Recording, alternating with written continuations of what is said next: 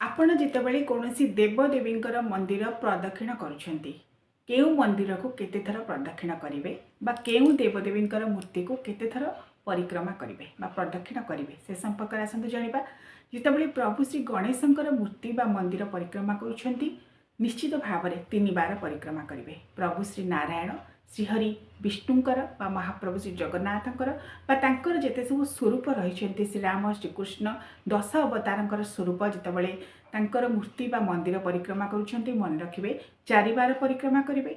माँ देवी दुर्गा मंदिर निश्चित भाव में 3 बार परिक्रमा करेंगे।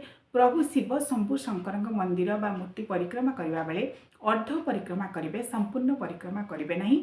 पार्वती कुंड ठारू फेरी आसबे एवं जितेबाला सूर्यदेव को परिक्रमा कर मंदिर बा मूर्ति को निहाती भाव में 7 थर परिक्रमा करेंगे। दक्षिण बाम को ही परिक्रमा करेंगे। यह प्रदक्षिण कर विधि।